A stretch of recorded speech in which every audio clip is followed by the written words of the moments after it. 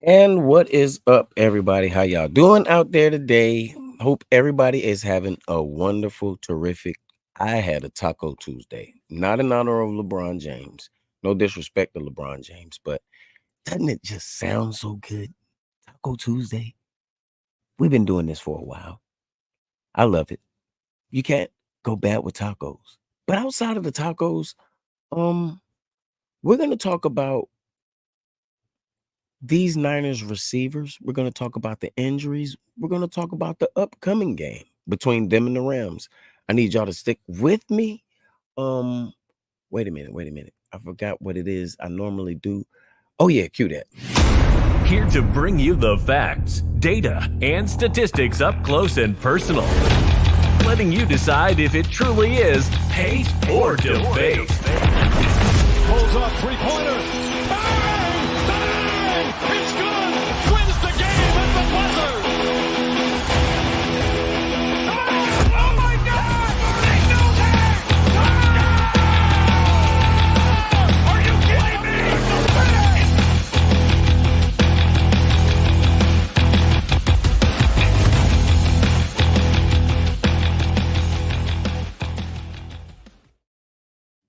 Man, you can't tell me that intro isn't loud, man. Shout out to Fury Bro Studios, man, for man, I'm telling y'all, man, go holler at him. He'll set you right. All your recording needs. Also, shout out to Planet Vapor for all your vaping needs. I've been off of cigarettes successfully for 2 years now. I quit. I went back. I quit. I went back. I'm done. I'm done. About to be done with these soon, but I hope everybody's having a good day today. Terrific Taco Tuesday. I had 4 of them. I wasn't trying to be greedy, trying to stick to my diet.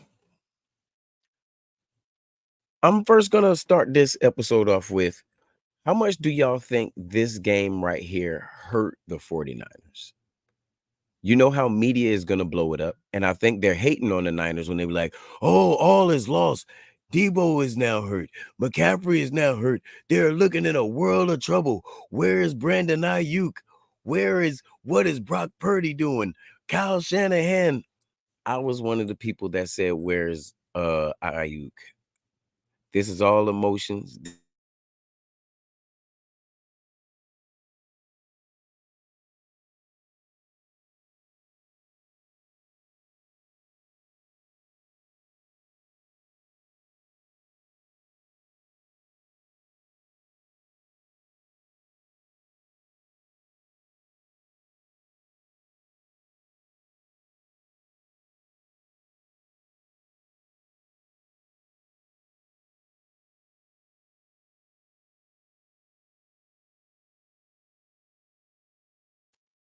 When I rewatched the game, I'm sorry, I don't know if I cut out or anything, but I'll go back.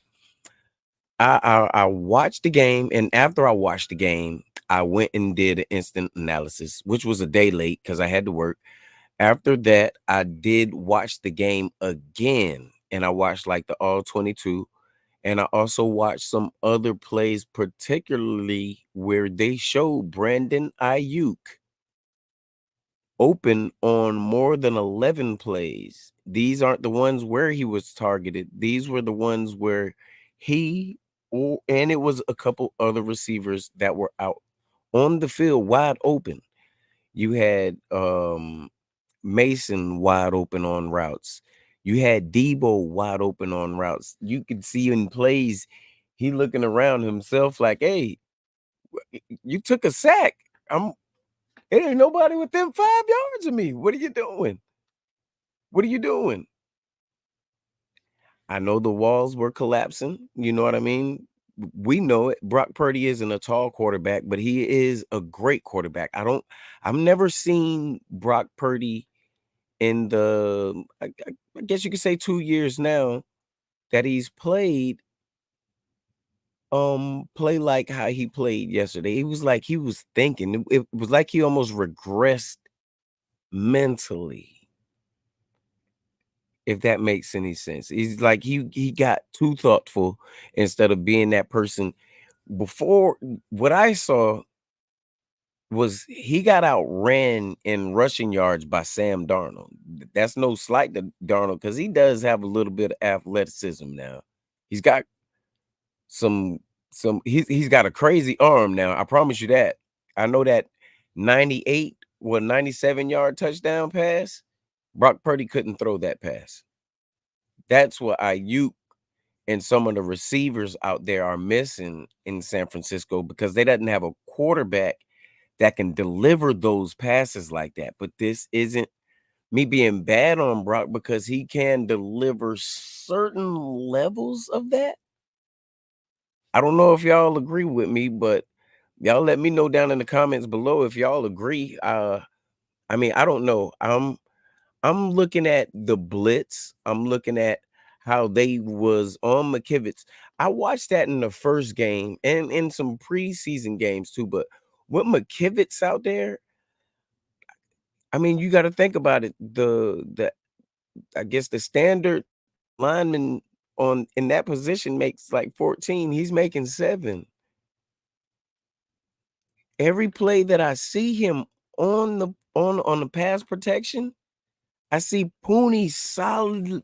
I mean, really single-handedly, solidly breaking his man down and then instantly going to help, but turning and it's too late because this man pretty much is like a touch and go with it. I don't how you can give me $1 million and I be that size. He ain't getting around that corner. This is all I got to do. Make sure they don't get around to my quarterback. I get more money if we go to the Super Bowl. What are you talking about, man? I don't understand it. And I mean, Pooney's I watched the front line in the trenches with him. Man, he's getting better every game. I don't want to overhype him or jinx him or anything, but he looks pretty legit as far as a rookie plug-in player, which we all know Kyle Shanahan doesn't do that anytime. He doesn't like to do it. Cowling, I don't think he's gonna return another kick. I don't see how he muffed that kick. I don't see how. I don't really understand why he was in that position. He should have been more in the game. I mean, look at his speed. He's got 4.3 speed. We need breakaway speed when they're playing man. If that makes sense to y'all, then y'all let me know. Or is it just me going crazy and just being real critical on Kyle? If that's what I'm doing, that's what y'all feel like I'm doing, man, somebody out there say it. Don't let me just go ramble on. I mean, y'all watched the game like I watched it. The highlights and everything's the all 21, everything's up there. Everybody's analysis. You've watched it all week. And if you're like me, I work at a lumber yard. I'm quality control on a lumber yard. So I pay real close attention to detail. So when I'm watching these games, it's like the same thing. Congratulations. I see what these guys are out here doing. But again, emotionally, you have to take that out of the game. You have to put it on these players. Otherwise, you're hating just like these other people are. I'm not going to say none of the people that's online are doing this. No. I'm talking about the people that have the platforms, ESPNs, and the people that's never done anything like playing. I've played now. I've got some, I got, you know what I mean? I've got something now. I wasn't in no papers or nothing, but I got something better than them. My numbers was way better, and I was dunking with 2 hands at 5'2". You don't got to believe it. We back on the subject of the Niners. All right. I think outside of IU, that's why I went down the rabbit hole with that. But I think the Vikings, what it was with San Francisco being a great team that we are, the Vikings came and they played a scrappy game. They came there from the jump they came ready for a fight. If you can see how they were getting to they were focused more on stopping yak yards than anything. They were focused on you can catch it, but you're not going nowhere. We'll even break up the catch. I mean, we'll break up the catch. We'll break up the pass because we know you throwing it right there. They came and they had a plan. They watched what Kyle Shanahan likes to do. They knew his tendencies. Now, what surprised me and what I was happy with, Kyle went with it a couple times on 4th down, man. I wasn't mad at it at all. I was mad at the decision making. The pass, you got Mason, who in the first half ran for what is it? 72 yards in the first half by itself. Second half only 28 yards, but you know, that came to 100. He did his thing. But like I said, you got 4th and 1. You got Mason. He had I mean, come on, man. That's enough about that, man. We got Christian McCaffrey. Hint the name McCaffrey. Extended. Been hurt. They knew about it. It's from last year. Hurt. Don't know how long. Kyle Shanahan's words himself. Christian doesn't know. He doesn't know. The trainers don't know. I don't want to jinx this man, but I hope it's not like how Kevin Durant was. Same thing. Calf is hooked to the what, guys? Okay. I mean, the same thing with Debo.